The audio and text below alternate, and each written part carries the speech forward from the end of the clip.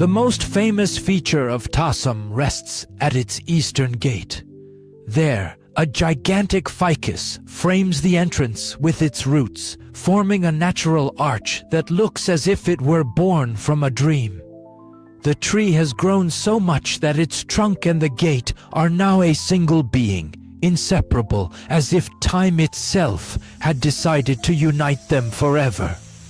Crossing that threshold feels like moving between two worlds, the world of humans and the world of nature that envelops everything.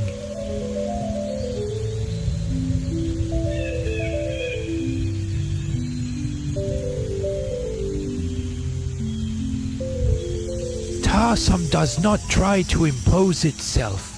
It invites you to pause, to contemplate how life pushes its way through ancient stone, to understand that the sacred does not always require grandeur.